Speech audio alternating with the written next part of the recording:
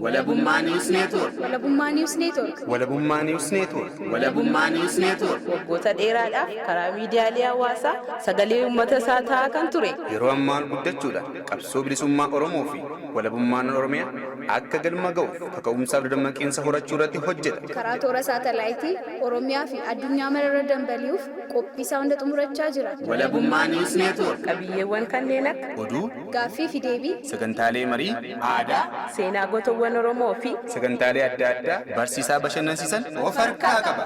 Walabummaa News Network. Miidiyaa walabaa fi loogii irraa bilisa ta'e jijjiirama hawaasaatti fufiinsa qabu dagaagsuuf miidiyaa hundaa'e Walabummaa News Network.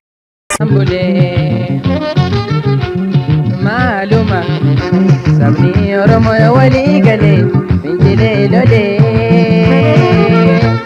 maal qaba sinaasa moo'ee gaafa tokko nama saambulee.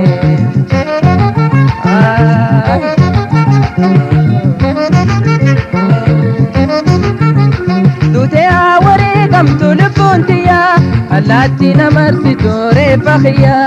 Dutee hawaree kamtu lubbuun tiyyaa allaatti namarsitu reeffa kiyyaa. Dhiiga kootii na barreeffamu bilisummaanii laphee kootii na ijaarramtu Oromiyaanii. Dhiiga kootii na barreeffamu bilisummaanii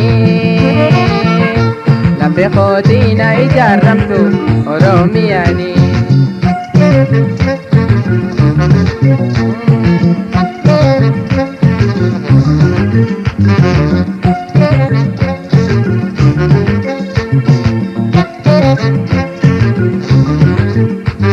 Maaluma sabni Oromoo walii galee fincilee lolee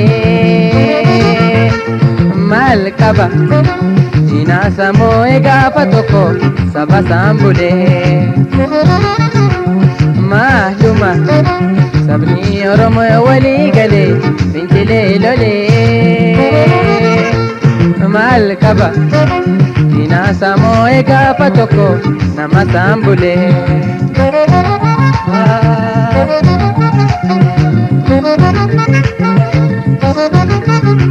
Akkaadha babbaan qabne dhidhiitamne hanga yoomitti jiraannaa gabroomne. Akkaadha babbaan qabne dhidhiitamne hanga yoomitti jiraannaa gabroomne.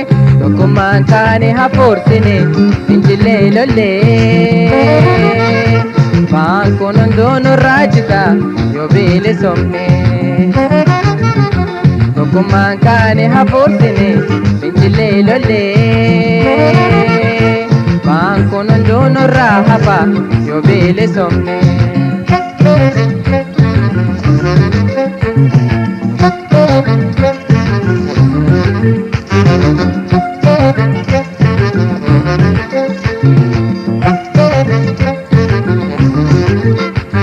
Maaluma sabni Oromoo walii galee fincilee lolee maal qaba sinaasa moo'ee gaafa tokko saba saambulee. Maaluma sabni Oromoo walii galee fincilee lolee maal qaba sinaasa moo'ee gaafa tokko nama saambulee.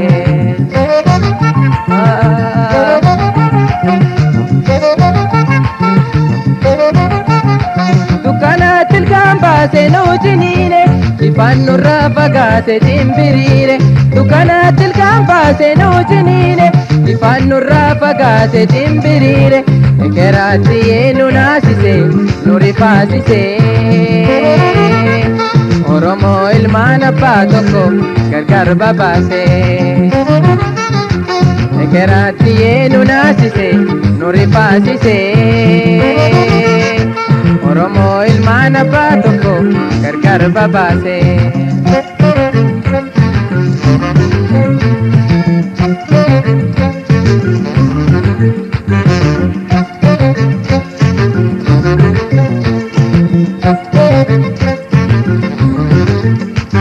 Maaluma sabni Oromoo walii galee fincilee lolee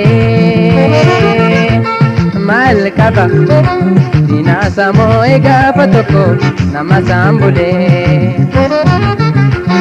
maaluma sabni Oromoo walii galee fincilee lolee maal qaba diinaasa moo'ee gaafa tokko saba saambulee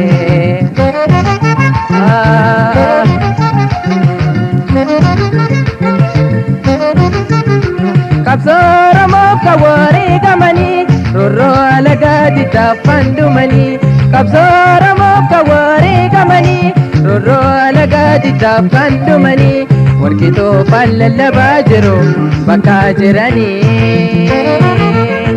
garaaf lageen bosonaa faroo eessu jiisanii warqitoo lallabaa jiru bakka jiranii garaaf lageen bosonaa faroo reeffansiisanii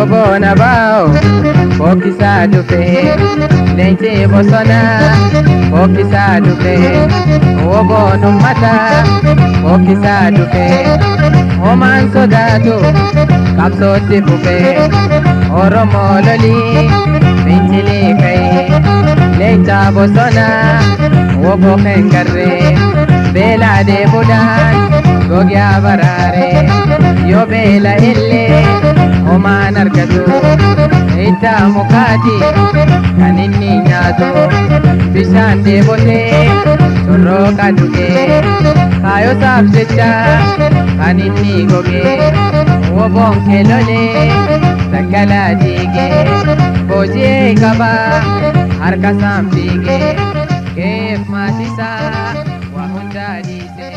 Halloo akkam jirta fayyaa keetii ani Walabummaa News Network irraan si bilbilaa jira akkami nagumaa? Nagaa galata rabbi nagaa kissani. Fayyaadha jirra egaa fayyaadhuma dursaadhaaf dubbanna. Egaa qeerroo Matakal ta'uu keetii hubadheen si bilbilee mee uummanni Matakal maal keessa jira? Maaltu uummata Matakal irratti raawwatame kan jedhuu fi rakkoo jalqabarraa kaasee sadarkaa amma uummanni Matakal keessa jiru yoo nu ibsuu dandeesseef mee Tolesh duraan dursee waan carraan alaatteef guddaa galatu jechuun barbaada. Ittaan Sudaan immoo amma naannoo Matakal keessatti babal'achaa jira. Rakkoon durumaanis jira ture kan kanaan dura jirurra immoo irra daraan caalaa dhufe. Innis immoo specific ta'ee uummata keenya irratti wanti akeekame waan baay'eetu jira. Dursee nageenya naannoo Matakal keessaa kan inni boora'e arra jechuu hin dandeenyu. Innis immoo bara 2011 irratti mootummaa naannoo Amaaraa jalatti poolis koomishinii azaajinni ture Asaamanoo Tsiggee ture kan jalqaba naannoo sanatti haala nageenyaa akka inni boora'u kan taasise. Kana jechuunis immoo Matakal keenya risti keenya kan hidhurraa kan ka'e daangaa babal'ifannaaf jecha uummata gumzii irratti waraana isaan bananii uummanni gumziis immoo naanna'ee uummata Oromoo irratti bobba'e. Isa asittis akka naannoo Beenishaangulitti waraanni yeroo yeroon bobba'aa ture liyyuu hayiliin irra deebis immoo poolisiin naannichaas ajjechaa raawwachaa ture. Amma immoo yeroo ammaa kanatti immoo uummata Oromoo irratti lola karaa 2-3dhaan kan inni irratti banamee jiru. Karaa mootummaa isas karaa makalaakaa jechuudha. Karaa liyyuu hayilii naannoo Beenishaangul, karaa hidhattoota gumziidhaaf karaa saba Amaaraadha jechuudha. Kunis egaa Matakal godina Beenishaangul keessaa ishee guddoodha. Godina tokko. Godinatti immoo aanaa 6 qabdi. Aanaa 6 kana keessaa aanaa 3 keessatti rakkoo guddaa amma ammaatti furamuu kan hin dandeenye kan akka fakkeenyaaf aanaa Dibaatii, Bulanii fi Wambaraa keessatti aanaa kana 3 keessatti rakkoo guddaatu jira. Keessattuu amma immoo dulli guddaa uummata Oromoo irratti haa jiru immoo aanaa Dibaatii keessatti jechuudha. Aanaa Dibaatii kana keessatti lubbuun nama baay'ee wareegameera. Oromoo ta'uu isaaniitiin kan ajjeefaman specific ta'anis jiru. Karaa hidhattoota Amaaraa milishaa Amaaraa ta'anis kan ajjeefaman jiru. Karaa makalaakaatiinis immoo kan ajjeefaman jiru. Fakkeenyaaf amma gaafa jalqabaa jechuun ganda gaanisaa keessatti mucaa Jammaraa Baabee jedhamu liyyuu hayilii waamaniituma ati abaa'oo shanii jechuudhaan ajjeesan. Irra deebis yooma kanatti illee namoota baay'ee kan akka obbolaan lamaan Abbabee Siyyuunfaa Itoophiyaa Siyyuunfaa kan jedhaman wal faana ajjeefamaniiru jechuudha. Kun immoo karaa liyyuu hayilii naannoo Beenishaanguliin kan ta'e jechuudha. Hidhattoota gumziidhaaf poolisoota naannoo Beenishaanguliin kan ta'e. Irra deebis immoo karaa amma du'a isaanii kana ibsuun karaa kana qaama kana jechuu illee ulfaata. Garuu qaama sadan kanatu uummata keenya irratti bobba'ee jechuu nan danda'a jechuudha. Haa ta'ulleedha malee ammas akka aanaa Dibaatiitti ganda gaarisaa keessatti wanti ta'aa jiru immoo almost makalaakiyaa Itoophiyaa kan jedhamanii of moggaasantu mootummaa federaalaa jechuudha. Ajjechaa kan raawwataa jiru yeroo yerootti guyyaa guyyaatti Oromoo ta'uudhaan duwwaadha kan inni ajjechaan kun raawwataa jiru. Amma fakkeenyaaf guyyaa kaleessaa isa darbe illee dhiifne guyyaa kaleessaa duwwaa mucaa Jammaraa jedhamu ijoollee umurii 16 gabaadhaaf jedheeti guyyaa Qidaamee gaafa inni Somboo Sireedhaa ba'eetu magaalaa Gaaleessaatti dhufu. Akkasumaan ati abaa'oo shaneedha jechuudhaan reebanii duudii deennaan illee shugguxiidhaan ajjeesanii jechuudha. Isallee waan inni irraa qabullee makalaakiyaan sun hidhattoonni raayyaan ittisa biyyaa Itoophiyaa sun warqee illee irraa hatuudhaan hannatti illee bobba'anii jiru jechuudha. Stiil mucaa kana ajjeesanii wayaan uffatullee irraa baasanii warqee mormarraa kutanii fudhatan amma masittuu jira jechuudha. Akkasumas immoo Yohaannis Tarreessaa kan jedhamu reebanii du'eera jedhanii kaampii isaanii keessaa baasanii gatuudhaan kaampii isaaniidhaa baasanii gatanii turanii akka carraa ta'e lubbuun isaan darbiin jira. Kunillee kanuma guyyaa kaleessaa ta'e jechuudha. Haaluma salphaatti illee kanuma ragaan jiru jechuudha. Haa ta'ulleedha malee amma naannoo sana keessatti wanti jiru inni tokko ajajaadha, inni tokko mirgi isaanii eegama, inni tokko kan inni dheen inni dubbatuun dhaga'amaaf haala akkasitti jira jechuudha. Ispeeshaalii amma achitti dhaga'itti qabaachuu fi Amaara ta'uun sirraa eegama jechuudha. Akka naannoo keenya sanaatti jechuudha. Maaliif dhalataan naannoo Amaaraa sun tokko inni abaa'oo shaneedha. Abaa'oo akkana siin jennaan ati hin qabamtaa, hin hidhamtaa, hin ajjeefamta jechuudha. Kun immoo uummata keenya irratti dhiibbaa guddaa fideera. Lubbuun baay'ee darbeera. Ammas illee jechuu hin dandeenyu ta'e lubbuun baay'ee darbeera. Meeshaa irratti mana gubaniiru kan akka huccuu waan baay'ee mana dhalattootaan Oromoo kan ta'an ganda calleyaa keessatti maaf kan keessaa naafee maaf gumziin isin tuquu didde jechuudhaan darbanii dhaqanii konkolaataadhaan makalaakiyaa wajjin gubanii maanguddoo waldaa Masarata Kiristoos kan ta'ellee Maammoo kan jedhamullee ajjeesan isaa wajjin nama 4 nama baqachuu hin dandeenyetu ajjeefame. Yeroo sana keessatti namoottiin achitti hafan inni kaanillee lubbuusaa baafachuuf bahee ture. Garuu isaan kun bahuu waan hin dandeenyeef maanguddoota naannoo waggaa 70 kan ta'an naannoo nama 4 mana tokko keessatti wajjumaan gubanii deemanii jechuudha. Kana kan godhe immoo raayyaa ittisa biyyaa Itoophiyaadhaaf milishaa dhalattoota Amaaraa ta'anii jechuudha. Haa ta'ulleedha malee nageenyi bu'eera naannoo sana keessatti illee hidhamee haasa'amu soba. Kana jechuun immoo ganda tokko illee adeemuun yerootti hin danda'amne yerootti rakkisaa ta'e qaamni kam eenyuun akka ajjeesu eenyu akkasii ajjeesu irratti ittiin beeknetu jira. Karaa qaama mootummaas karaa hidhattoota warra gumziis sanas jechuudha. Karaa hidhattoota gumziis ajjeefamaa turre har'as ajjeefamaa jira. Kaleessallee ajjeefamaniiru jechuudha. Booris immoo waan dhaabbatu hin fakkaatu. Maaf uummata kanaaf kan dhaabatu hin jiru jechuudha. Dhibbaa dhibbatti yoo du'es immoo miidiyaan qabu. Uummanni kun hin du'een jedhamu hin ajjeesedhamu. Ajjeesaa jira jedhamee haasa'ama malee ajjeefamaa jira. Gargaarsi haa ta'uu fi kan jedhamu homaa tokko hin jiru. Achirraas immoo darbee naannoo sana keessaallee bahee gara biraallee dhaqee bitachuullee yeroo inni itti hin dandeenye yeroo inni itti hospitaalallee seenuu hin dandeenyetu jira. Yeroo ammaa yeroo rakkisaa yeroo hamaa keessa akka jirru utuu uummanni Oromoo naannoo biraa keessa jiraatullee utuu nu baree gaariidha kan jedhu dhaamsa dabarfachuun barbaada. Baay'ee galatoomii ibsa bal'aa nuu kennite. Egaa mee wantoota kaaste baay'eetu jira, ijoo dubbii hedduu kaastee jirta. Amma fakkeenyaaf kanati kaaste irratti jeneraal Asaaminoo Tsiggee kaasanii nageenyi uummata Matakkal boora'e kan jedhudha kanati kaaste. Isa kanaaf akkana ibsitetti immoo Matakkalii naannoo Benishangul jalatti kan jirudha kan jettee dubbattedha. Isa kanaaf wanni bu'uura ta'ee ka'e waan sana achitti amma yeroo ammaa kana keessatti naannoon Amaaraa of jalatti galfateetu uummata Matakkaliin bulchaa jira moo akkuma duraanii mootummaa naannoo Benishangul jala bulaa jira naannoo Matakkal? Egaa amma kana godinni Matakkali Benishangul jalatti bula jechuus yaa mootummaan akkasittidha akka sirni federaalizimii jirutti Benishangul jalatti bulaa jechuudha. Garuu amma kana haalli amma achi jiru makalaakiyaatu bitaa jira bushaa kan jiru amma makalaakiyaadha. Makalaakiyaatti qaama mootummaa federaalaatti darbee jiradha.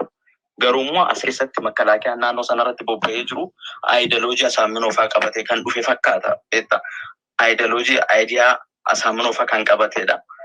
Milishaanis karaa naannoo Amaaraadha kan inni seenaa jiru dhalattoota Amaaraa ta'an baasaniiti meeshaalee laataniiti silxanaa gahaa ta'e laatanii amma kana uummata keenya irratti bobbaasaa jiru. Kanaaf mootummaa Beenishaangulitti bushaa jira seedu inni amma federaalizimii jala jirutti akkasinnee qabachuu gaariidha. Garuu amma kana kan bushaa jiru makalaakiyaadha. Makalaakiyaan sun immoo aayidiyaa Asaaminoo fa'aatiin deemaa jira. Uummata isaan sanaadha kan isaan hiisisanii meeshaalee itti hiisisanii kan isaan jedhan abaluun naa qabaa yoo jedhe fedhii nama tokko fedhii nama dhuunfaa eegaa jiru. Kuni akkas jedhanii gaafa isaan dhimatan kan isaan hin dhaga'ama kan keenya hin dhaga'amu. Uummata keenya yoo ta'e walumaa galatti taargaan sirratti laxxafamu jira. Dura abaa'oo jechuutiin kanaan dura bara wayyaanee yeroo dhamu kan qabamaa fi hidhamaa ture. Amma kana immoo abaa'oo shanii waan ta'eef yoo ajjeefamtes yoo hidhamtes ati abaa'oo shaniidha jedhanii waan eeganiif isaan maqaa abaa'oo shaniidhaan qabachuudhaan uummata keenya doorsisaa jiru. Kanaaf Beenishaangulti bushaa jira jechuu hin dandeenyu jechuudha amma kanaaf jechuudha. Baay'ee galatoomi. Egaa akka jettetti gaaffii ati sila kaaste keessatti gamanaanis hidhattoota milishaa Amaaraa fi raayyaa ittisa biyyaatiin poolisii naannoo Amaaraatiin uummanni ni ajjeefama. Gama gadiitiinis immoo hidhattoonni Beenishaangulis dhufanii uummata keenya ni ajjeesu. Warri Beenishaangul kun immoo yeroo dhufanii ajjeesanii sababii maalii himatu? Yookaan immoo maalinni wanni isaanii uummata Oromoo Matakkal wajjiniin walitti isaan buusu maalidha jettee yaaddaa yookaan immoo maalidha jettee jedhanii isinitti uummatatti dubbachaa turan? Egaa yeroo jalqabaa lolichi kuni uummata Oromoo irratti ture kan isaan kakaasanii. Lolli kuni lolli gumziin kun amma kaasee jiru durseetii Oromoo rukunnee baafna Matakkal kana keessaa kan jiru. Oromoon isin weeraree waan heduu kaasaniitu ummata gumzii kanatti haasofsiisaa turan. Yeroo sanatti gaa kanan jechuu barbaade Asaaminoon ummata isaanii gara naannoo Amaaraatti baasaniitu ummata gumzii uummanni gumzii waan hin baranneef waan yeroo ajjeefamu diimaadha jedhee nama ajjeesuuf jecha ummata isaanii duraan dursanii baasaniitu isaaniin ummata gumzii kana ajjeesaa irratti bobba'anii turan. Garuu hin milkoof isarra deebi'es uummanni sun aayidiyaa namticha kanaan utuu adeemu isaanii wajjin qalanii amma nyaatanitti saawwallee qalaniiti nuffisin tokko ummata kana si rukunnee baafna isin weeraree jechuun kaasanii turanii. Garuu kanas haa ta'u isaan kan isaanii raawwatiin hafeennaan amma kana uummanni gumzii isaanitti galagalee isintu nu weeraree isintu lafti keenya jedhee nurratti ka'e jechuudhaan isaanitti galagalee ture. Garuu amma kana immoo gumziin egaa akkuma beekamu uummata hin baratiinidha. Yeroo uummanni qaamni sajjeese diimaa ta'ulleedha malee ati Oromoo, ati Amaaraa, ati Tigree kan jedhu hin qabu. Kanaaf bakka argetti bakka naannoon Oromoo sirriitti hin baay'annetti uummata Oromoo darbanii hin ajjeesu. Ajjeesuun isaanii mul'achaa jira, du'aa jira Oromoonis jechuudha. Garuu haa ta'ulleedha malee daayireektirii waraanichi Oromoo irratti baname miti ture. Inni gumzirra hafes immoo garuu naanna'ee harka qaama mootummaa gumziinis yeroo inni dhiisee darbu qaamni mootummaa dhaqee waan ajjeesaa jira waanuma argaa jirru jechuudha. Galatoomii ibsa bal'aadha. Egaa mee wantoota amma achi keessatti ta'aa jiru kana maanguddoota du'antu jiru akkasumatti immoo waa'ee mana amantii keessatti warra gahee qaban fa'aa ta'ee kanatti ibsaa turte. Mee haalli uummanni keenya jumlaadhaan kan iddoon itti ajjeefamee jiraa jedhama. Iddoon kun aanaan kun iddoo kamidha? Namoonni kun iskavaatariidhaan awwaalaman kan jedhamu jira. Wanni kun hammam dhugaadha? lafni kun beekameera warri waan kana ajjeese suni ummata kana maaliif bifa iskavaatariitiin awwaaluun barbaachise moo ummatumatu bifa kanaan nu awwaalaa jedhee itti himatee jennaan akkasittiin awwaalan immoo baay'ina namaatirraan kan ka'e awwaaluu dadhabuurraan kan ka'e waan sana akkas godhan warri uummanni dhume sun maqaa maaliitiin dhume maqaa abaa'oo shanee moo maqaa akkuma waliigalaatti lolumatu banamee namni wal fixe. Egaa lolichi inni iskavaatariidhaan namni baay'ee awwaalaman suni bakki suni aanaa bulan jalatti kan inni argamu Bakujii maqaan magaalatti Bakujii yookaan horaa naannoo jedhamu. Naannoo Cillaanqoo fa'aa jechuudha. Cillaanqoo Bakujii horaa wal qabataadha.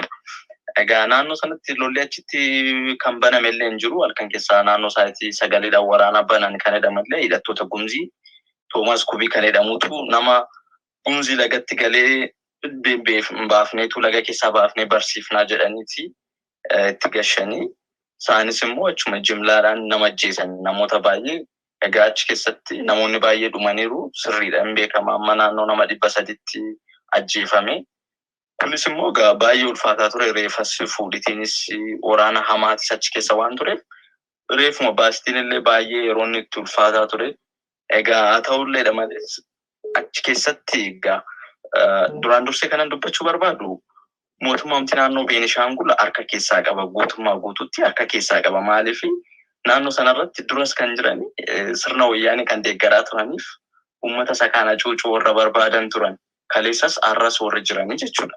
Kanaaf namoonni kun immoo harka waan keessaa qabaniif reefti kamuu namni du'e kun sakami reefti isaa akka inni ba'u akka inni dubbatamullee waan hin barbaanneef kan isaan baasaniitu takkaatti awwaalan iskavaatariidhaan kan isaan baasanii awwaalan malee namoota illee reeftillee gara naannoo firrillee akka inni fudhanne kan isaan taasisan waan kanaaf malee awwaaluu dadhabiintiidhaafis miti awwaalitti dadhabitiidhaaf jedhamee akka waanutti fudhatamuu hin danda'u maaliif namni kan awwaallatu namni baay'ees jira ture garuu haa ta'ullee malee achi keessattis akka Oromoon du'e kan dubbatame illee hin jiru akka sabni naannoo Amaaraa duwwaa du'etti kan fudhatame innis dogoggora guddaadha. Kanaan akka uummanni baru akka uummanni nu dhaga'u baruun barbaada keessattuu achirratti kan dhume uummata Oromoodhaaf uummata Shinaashaa warra dhamantu dhume. Uummanni kun lamaan immoo silaas miidiyaas qabachuu hin danda'amu. Kanaaf hin dubbatamuufis mana maree bakka uummataa keessas nama hin qabu nama dubbatuuf waan hin qabneef kan inni akkasitti awwaalame jechuun hin danda'a. Baay'ee galatoomi qeerroo egaa haala ati amma ibsaa jirtu baay'ee nama gaddisiisa. Namoonni kun akkaataa firris obboleeyyanis haati ilmoo awwaaluu hin dandeenye abbaan ilma isaa awwaaluu hin dandeenye ilmi abbaa awwaaluu hin dandeenye dhoorkamaniitu dirqiidhaanii faana balleessuudhaaf kan hojjetame jettee irra caalaan wanti waan kana kaasee fi Amaaratu du'e jedhanii gatii wannoo maalinni biyya alaa kana keessatti gargaarsa guddaa ittiin guuraa jiru. Kan ajjeefamu Oromoodha. Inni faaktiin lafarra jiruu fi inni qilleensarra jiru garaagarummaatu jira. Isa kana barbaannee bira geenye uummata keenyaaf sagalee taane haqa uummata keenya uummanni keenya kan du'erra kan itti maqaa uummata uummanni du'e kun gatiin isaanii dhugaan isaanii awwaalame saba Amaaraatu du'e jedhanii saba Amaaraatiin qarshii walitti qabamee kan itti galiirra oolee ittiin qawwee bitamee ittiin nama fixamaa jiru jira. Isa kana addaan baasuuf kan nuti carraaqaa jirru. Haa ta'uuti amma gara qeerroowwanii dheengaddaa ajjeefamanii yookaan immoo kaleessa ajjeefamanii irratti waan kaaste jira. Namoota kana mucaa kana tumanii dadhabanii inni du'uu didee jennaanii shugguxiidhaan rukutanii jette. Eeggee rukutanii booddees eega ajjeesanii booddees saamichatti seenanii waan inni kiisisaa keessa jiruu fi qabeenya inni qaama isaa irratti baatee deemu waan akka warqii waan akka naan jette natti fakkaata. Isa kana namoonni saamu kuni milishaa naannoo Amaaraati moo waraana federaala kan jedhee bakka sana taa'u moo warra Beenishaangulidha warri mucaa kanarratti gochaasuu kanneessa akkasii raawwate kun. Egaa waraanni naannoo Beenishaangul liyyuu erga bahee tureera. Dursanii isaan ajjecha akkanaa raawwachaa turaniyyuu ba'anii turan jechuudha. Amma kana mootummaa naannoo Beenishaangul utuu hin taane kan kana raawwachaa jiru raayyaa ittisa biyyaa Itoophiyaa naannoo sanarratti bobba'ee jiru jechuudha. Kun immoo liyyuu jechuun milishaa dhalattoota naannoo Amaaraa ta'an yeroo dhiyoo kanatti naannoo 200 olii achitti leenjisaniitu meeshaa laatanii jiru. Isaanii wajjin wal faana ta'uudhaan kan isaan waan kana raawwachaa jiranii. Kanaan duras raawwataniiru ammas raawwachaa jiru jechuudha. Kanaaf mootummaa federaalaadha kan kana waan godhaa jiru. Kan saamicha kana keessatti harka guddaa kan taphachaa jiru Makalakaa Itoophiyaa warra jedhanii of waamanidha jechuudha. Baay'ee galatoomi qeerroo jammaraa Fiqaaduuti natti fakkaata kan maqaan isaa yoon dogoggoruu baadhee kan ajjeefame. Mucaan kun qabeenya inni morma isaatirraa qabu warqii morma isaatirraa qabu kanaaf ajjeefame jettee yaaddamoo dhuguma yakka hojjeteetu mucaan kun ajjeefame? Yoo yakka illee hojjete mucaan kun saamichi akkasii maaliif raawwatame? Eegii ajjeesanii booddee maal jedhaniin hawaasatti maal jedhanii ibsan? Maaliif ajjeefne jedhanii dubbatan? Moo ibsis hin kennamne hawaasni moo kan gaafate jira maaliif nama ijoollee keenya ajjeeftu jedhee? Egaa amma achitti ibsaa kan laatus hin jiru kan gaafatus hin jiru. Maaliif kan gaafatu hin jiru yoo jedhame yoo gaafatte taargaan sun jira atis bulteen ajjeefamta yookaan ni hidhamta jechuudha. Gabaasa eenyu laachuu danda'a? Gabaasa laatan maaliif yoo laatan illee abaawoo shanitti ajjeefame jedhama waan ta'eef. Achirratti immoo darbee amma gabaasa waa'ee gaafatitti irratti namni maaf mucaa keenya ajjeeftan nama keenya maaf ajjeeftu akka inni gurguddaan hidhame barataan inni kaan achi ba'aa jira inni kaan isin baqata garri caalummaa mana hidhaatti argama eenyu gaafachuu kan danda'u namni isin jiru jechuudha. Maaliif ammas immoo bakki mucaan kun itti ajjeefame mucaan yeroo jalqabaaf ajjeefame miti. Kanan dura Jammaraa Baabee kan jedhamu Jammaraa Fiqaaduun illee kaleessa Jammaraa Baabee kan jedhamullee waamameetu sirriitti waamameetu ajjeefame. Gaafa sanallee gabaasa kan laatiin jiru abaawota ajjeefame jedhamee miidiyaa irratti dubbatame illee ture miidiyaa Itoophiyaa irratti jechuudha. Garuu kan kana gabaasa kan laatiin jiru garuu kan inni ittiin ajjeefame waan biraa dalagee mucaan kun waan hin taane keessa galee yookaan akkuma immoo hidhattoota abaa wajjin faana ta'ee otoo hin taane Oromoo ta'uusaa fi Oromoo ta'uudhaan duwwaadha. Mucaan kunis kan inni jiraachaa ture ganda Qorqaa jedhamtu daallee kan jedhamtutti dhalatee guddate. Mucaan kun kan inni baadiyyaa keessa jiraatu abbaan isaa hidhattoota gumziitiin ajjeefameenna maatii bushuuf kan inni baadiyyaatti galee jiraatu. Mucaan kun immoo guyyaa gaafa qidaamee darbee gabaa dhufuu isaatiin kan ka'e kan isaan waan kanarratti raawwatan malee mucaan kun waan ambiraa badii dalagee qabaatee miti jechuudha. Waan hedduu nama gaddisiisu Jammaraa Baabee waamameetu ajjeefamee kan jettus kaastee jirta. Manuma isaatii waamaniitu waamicha godhanii fi waamicha isaanii kabajee dhaqeetu eggii isaan bira ga'e booddee isaan ajjeesan jechaa jirta moo yaada isaanii sirriitti uummataaf ifa godhime waamanii waamanii namni kuni isaan bira eggii dhaqee booddeedha kan isaan ajjeesanii akkasiin natti fakkaate yoo dogoggoruu baadhe. Egaa Jammaraa Baabeen akkaataan itti ajjeefame guyyaa galgalaa mana dhugiitiidhaati kottu sagalee laadhuu qaamni mootummaa si barbaada jedhaniitu poolisiidhaan waamsisaniiti kan isaan ajjeesanis immoo bifa amantaa fakkeessuudhaaf dhaqatanii masjida jalatti kan isaan ajjeesisanii ummata amantaa islaamaa ajjeesise akka bifa hidhamu jechaadhaaf jechuudha. Haala akkasiitiin kan isaan ajjeesanii achitti gatanii isa boodayyuu reeffalleen kaastanedhaan lola guddaati ture jechuudha. Yeroo sanatti waamamee ajjeefame yeroo mana dhugiitii keessaa qaamni mootummaa hin barbaadamta kottu jedhanii poolisii asaajuma naannoo sanaatu kottuu hedheetti dhaqatee ajjeesisee jechuudha. Kanaaf ragaan jira jechuudha. Yeroo isaan waamanii kottuu hin barbaadamta jedhanii ragaan namoonni inni waliin ture jiru ragaa bahuu jechuudha. Ragaallee bahamee kisiin namni ajjeesallee ispeesifik ta'ee baramee ture. Namni ajjeesachi liyyuu ayilii sana keessaa namni ajjeesallee hin beekama ture yeroo sanatti. Namni illee yeroo sana roonjii turanillee arganii turanii. Jechallee yeroo inni ajjeesuu argine irraa akkas jedhanii meeshaan isaallee ilaalamee isa ta'e akka namticha ajjeese sirriitti baafamee ture. Garuu immoo gaaddasii immoo loskanii diddibaniitu darbanii jechuudha. Inni ajjeese sun eenyu jedhama maqaan isaa yookaan immoo nama dhalataa naannoo iddoo kamiiti jedhameeti kan yeroo sanatti odeeffamaa ture. Egaa kana akka jedhamutti liyyuu ayiliidha. Liyyuu ayilii gumziidha. Maqaan isaanii akkas jechuu hin dandeenyu. Liyyuu ayiliidha. Eenyummaan isaa keessattuu inni gumziidha. Dhaloonni isaa gumziidha. Haa ta'ulleedha malee immoo warra naannoo sadii kanatu qarshiidhaan ajjeesise jedhamaa ture sa'aatii sanatti. Ani ajjeesin jedhame malee an waan ajajame raawwadhee jedhee ibsa laadhatee ture yeroo sanatti liyyuu hayilichis ani waan raawwadhu jedhamee raawwadhe maaliin godhe kan ajjeese namiti meeshaa kootii rukkuteenaan malee namiti jedhes ture. Akkas jedhee ibsas laadhatee ture jechuudha. Inni chumti ajjeesellee. Hayyeegaa rakkoo suukanneessaa akkasiitu uummata keenya irratti raawwatamaa jira jechuudha. Walumaa galatti naannoo Matakal keessatti mee haalli amma ibsitu kuni haala baay'ee nama suukanneessu. Uummanni buqqeessu maalirra jira, eessa ga'ee jira kan jedhuu fi asumarraan mee uummata Oromoof ifa godhii gargaarsi akka uummataatitti akka Oromootitti Oromoon bira dhaabbate jira, Oromoon biyya alaa jiru, Oromoon biyya keessa jiru gargaarsi uummata Matakalii godhe maal fakkaata? Yoo hin goone immoo maaliif gochuu dideettee yaadda?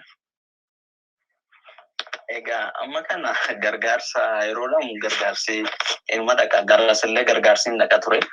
Garuu gargaarsi dhaqullee sabaan qoodameeti nama miidiyaa irraa argitan isaan kaanitti buqqeedhama. Isaan magaalaa jiraatan keessaa ba'anii nuti buqqaane jedhaniitu isa gargaarsaaf dhaqe sanallee ofii isaanii qooddatu baasanii ofii isaanii gurguratu jechuudha. Uummata Oromoodhaaf gargaarsi taasifame homaa tokkollee hin jiru. Oromoo madhalataa achiitu wal qabatee waanuma qabu walitti jiraachaa jira malee gargaarsi dhaqullee amma ammaatti uummata keenya bira geerachuun danda'amu. Maaliif saba tokkoof kan inni qoodamus yeroo dhaqu saba tokkoof qoodama. Achittis inni dhaqus immoo gahaa miti.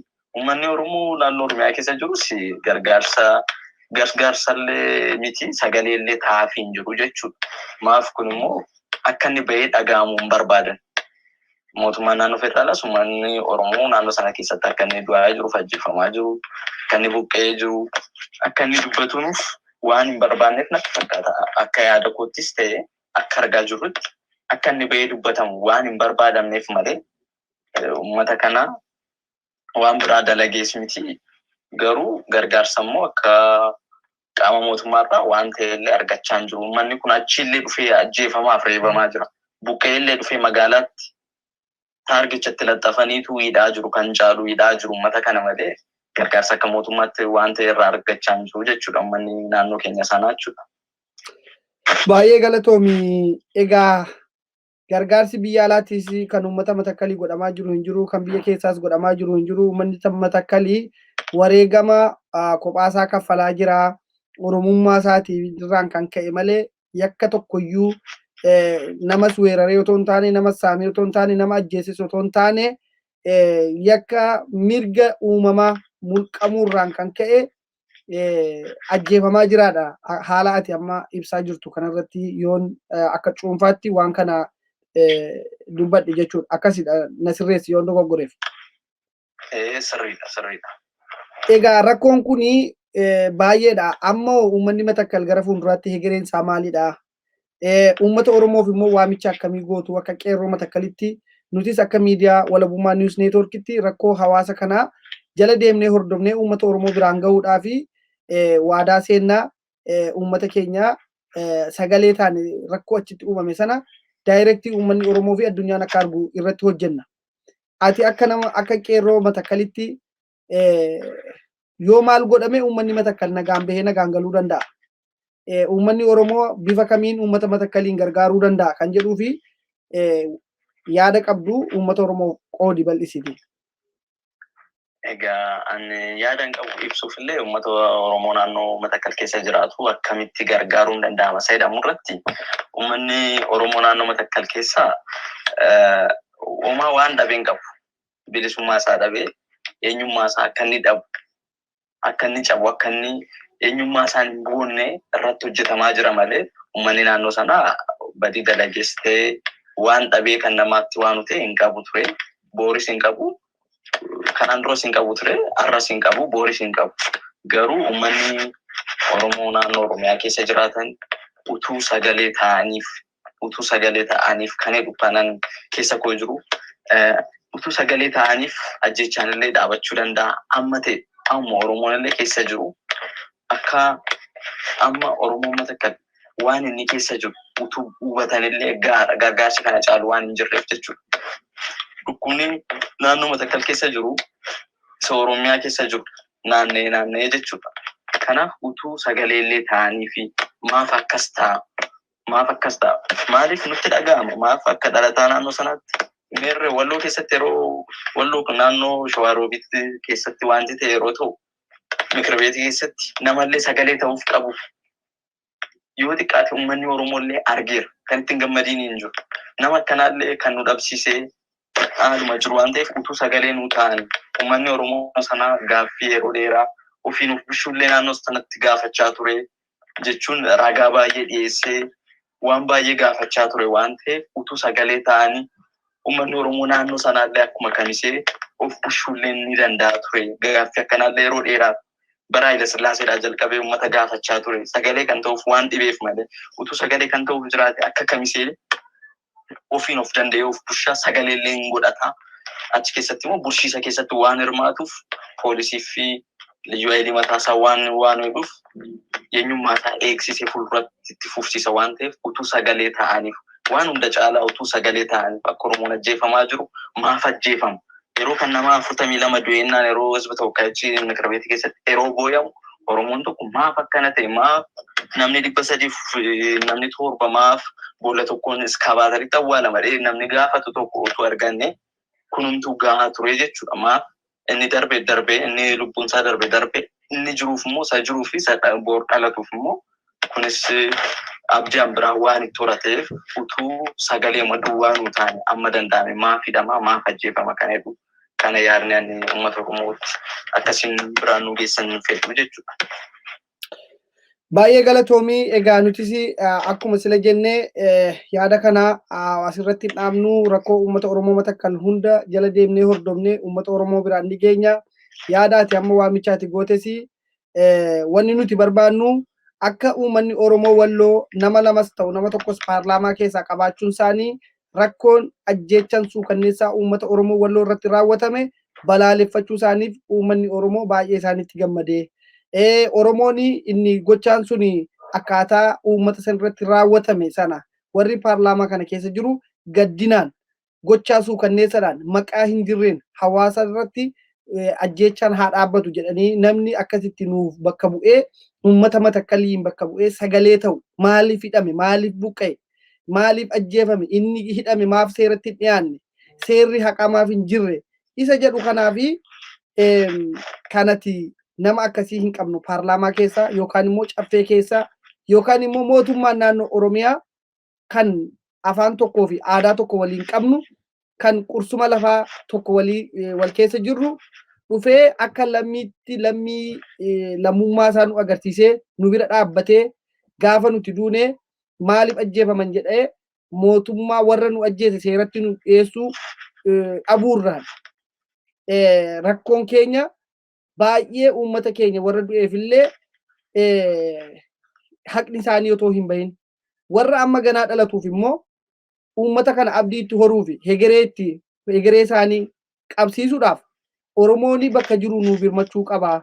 Inni biyya alaa jiruuf inni biyya keessa jiru uummata Matakaliin bira dhaabbatee gaddaa fi gammachuu isaa waliin qooddachuu qaba. Kan jedhudha natti fakkaata yoon dogoggoruu baadheef. Egaa uummanni egaa wanni ammaa kana keessatti haasofne waan na hafetu jira. Waan irra darbeetu jira. Rakkoon ani ibsine jira. Waan dagadheef irraanfadhee jira kan jettoo taate daqiiqaa 2 fudhadhuuti dhaamsa kee irraa maayii qeerroo Oromoof qarree Oromoof aayolii fi maanguddoo Oromootti yaada kee dabarfadhu. Asuma irratti goolabnaa. Egaa ani qeerroo uummata Oromoo maanguddoo Oromoo biratti akkanaa geessan kanaan barbaadu waan hunda caalaa ol bira dhaabbannaa yeroo gaddaas ta'e gammachuu ol bira dhaabbannee wayyaa waan keessattuu akkuma tanaaf ibsite mootummaan naannoo Oromiyaallee utuu akkuma mootummaa naannoo biraa utuu gaddas ta'e gammachuu akkuma warra kaan wajjin qooddatan utuu dhufanii akkas waan kana nuuf ilaalanii gaariidha jechuun barbaada. Uummanni Oromoos immoo waan kana hordofuu qaba, rafuu hin qabu, hordofuu qaba. Yeroo yerootti wanta naannoo sanatti ta'u sirriitti hordofuu akka inni qabu akkasiin biraan naageessaniif hin barbaada. Ittaan sulaan immoo sagalee waan nu taataniif baay'ee guddaa galatoomaa jechuun barbaada siniinis. Hayyee galatarraa hafaadhaa kun dirqama lammummaati. waan miidiyaan kun kan uummata Oromooti hawaasa keenyaaf sagalee ta'uuf hojjeta. Nutis immoo deebinee isin gaafanna. Ammaaf yeroo gaarii nu qabaadhaa. Sagantaa biraatiin walitti deebinee hamma wal argunutti guyyaa gaarii yookaan halkan gaarii isiniif haa ta'uun jedha. Tola hunduma keenyaaf. Walabummaa News Network. Walabummaa News Network. Walabummaa News Network. Walabummaa News Network. Waggoota dheeraadhaaf karaa miidiyaalee hawaasaa sagalee uummata isaa ta'aa kan ture. Yeroo ammaa guddachuudhaan qabsoo bilisummaa Oromoo fi walabummaan Oromiyaa akka galma ga'uuf kaka'umsaaf dammaqinsa horachuu irratti hojjeta. Karaa toora saatalaayitii Oromiyaa fi addunyaa mararra dambali'uuf qophii isaa hunda xumurachaa jira. Walabummaa News Network. Qabiyyeewwan kanneen akka Oduu, Gaaffii fi deebii, sagantaalee marii, Aadaa. seenaa gootawwan Oromoo fi sagantaalee adda addaa barsiisaa bashannansiisan of harkaa qaba. Walabummaa News Network. Miidiyaa walabaa fi loogirraa bilisa ta'e. jijjiirama hawaasaatti fufiinsa qabu dagaagsuuf Miidiyaa hundaa'e. Walabummaa News Network.